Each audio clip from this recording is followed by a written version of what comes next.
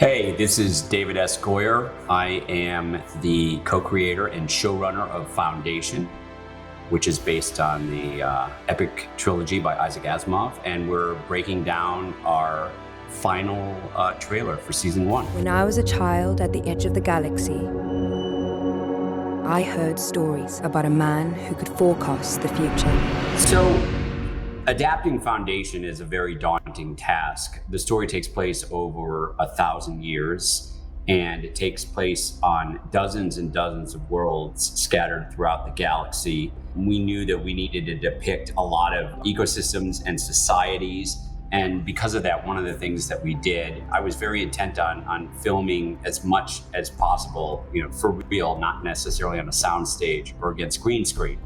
So we ended up filming season 1 in 6 different countries, which was no small feat during the pandemic. So this first shot takes place in a world called Synax, which is at the very edge of the galaxy. It's a water planet in Iceland and in Malta on water tanks. And so this shot was filmed on a water tank in Malta with a lot of glorious CG set extension added on top of it.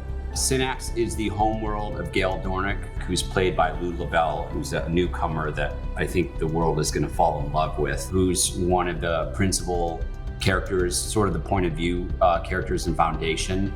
And it's a fairly primitive world, and she's never been off planet. Virtually no one on her world has ever been off planet, and they've certainly never been to the center of the galaxy, which is where the story is going to take us.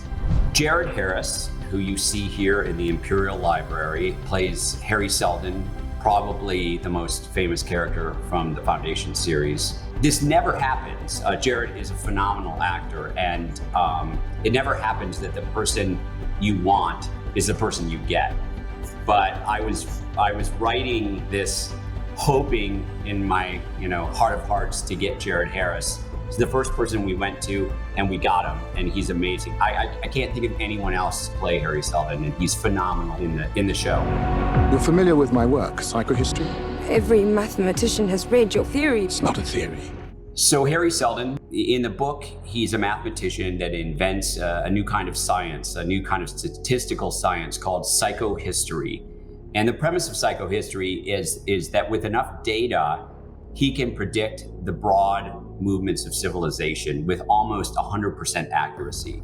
So he can predict who's going to win a war, when a certain civilization is going to rise or fall. And the pivotal moment that kicks off the trilogy and also kicks off our series is he predicts that the Galactic Empire, which has held sway over the galaxy for over 10,000 years, is going to fall, and is going to fall very, very soon. And if civilization does nothing, it'll basically be the end of humanity.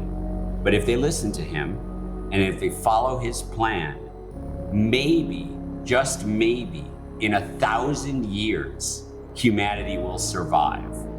So it's a big swing, this show. And what you're seeing early on after we leave the water planet is Gail arriving at Trantor, which is at the very heart of the galaxy. It's the seat of the Galactic Empire. It's where Harry Seldon works in the Imperial Library. And she's sort of like a country mouse, a fish out of water who's coming to the big city for the first time. So we get to see the Galactic Empire and Trantor through her eye. So she's coming down a space elevator, which is a fantastic piece of technology that I've always wanted to work into one of my projects. It's literally an elevator that stretches something like 26 miles into space, out into orbit. I like to say that our adaptation of Foundation is a remix. I'm coining that usage from Damon Lindelof and Watchmen. The original Foundation trilogy came out in 51, 52. It's 70 years old. Things like space elevators, nanotechnology didn't even exist when Asimov was writing that. So it's the theme, the characters, the settings kind of all jumbled up and remixed, but also incorporating a lot of technology and societal changes that have happened in the intervening 70 years. One of the things that's tricky when you are working on a big science fiction adaptation is that the general audience, there's sort of 2 pillars in science fiction. There's Star Wars and Star Trek. And 90% the mainstream audience sees in the movies comes from the designs of those two films and possibly also from Alien. It's really hard when you want to reinvent the wheel. And so I challenged my production designers and I challenged my visual effects team, my other directors, to come up with spaceships and visual iconography that didn't come from Star Wars, didn't come from Star Trek. And that included this sort of Mobius strip thing that you're watching Gale unfold here. That's actually a graphic representation of something called the Prime Radiant, which is this supercomputer that generates all the problems of psychohistory. This visualization that you're seeing, that's actually a mathematical formula that's unfolding.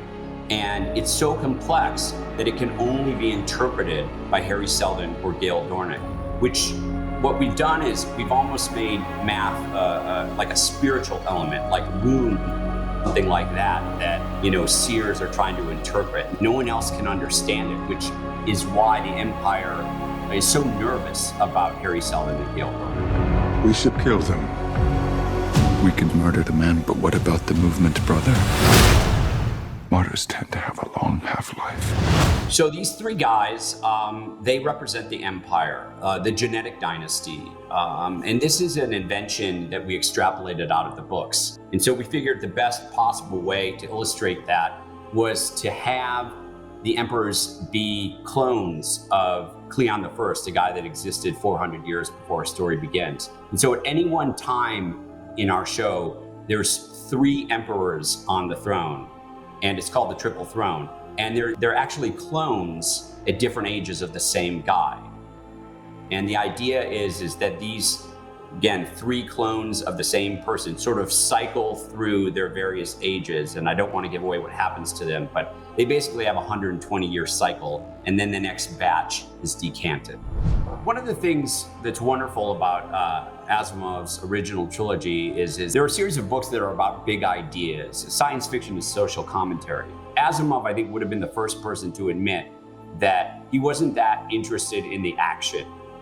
So there are a lot of instances in the books that are implied, or Asimov will talk about in a sentence or two, that we wanted to bring to light. We get to play around with all sorts of, massive things like, black holes and quasars and entire worlds being destroyed and whatnot. But I was very determined that with all of the visual pizzazz, we have a real grounding in reality. So almost every sequence that you're seeing still had some real elements. We used miniatures in the same way that Chris Nolan did, or the same way that George Lucas did for a lot of our spaceships, miniature photography. Most of the landscapes were real landscapes. They weren't computer generated.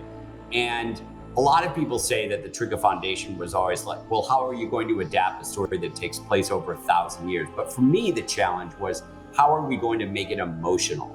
How are we going to make it intimate? We literally explore, 10, 20, 30 different planets.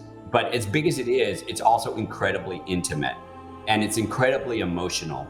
And you don't have to be a fan of science fiction to enjoy this show. You just have to be a fan of epics. You just have to be a fan of people trying to do something really hard for the next generation. Change is frightening, especially to those in power.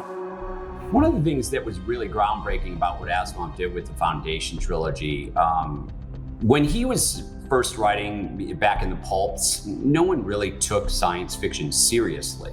And he decided, he was a veteran of World War II, he was a Jew. He decided that I'm going to try to see if I can use science fiction to talk about big ideas. And what Asimov was really fascinated with was the idea of history. He was a student of history, and he felt that if we could study history, the best predictor of future behavior is past behavior, and that there are patterns and there are cycles to civilization. And what he hoped is that if we studied history, we could learn from our mistakes and we could predict the next cataclysm. You don't have to be a scholar to see the parallels to what's happening today, whether it be climate change or a global pandemic. In many ways, they can kind of predict what's going to happen. The trick is getting people to listen and getting people to care And more than that, getting people to care about things that might affect their children or their grandchildren. I don't think I thought that far into the future.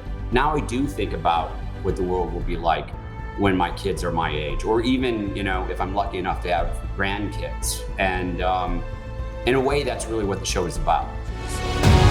The coming generations will need the knowledge to build upon, a foundation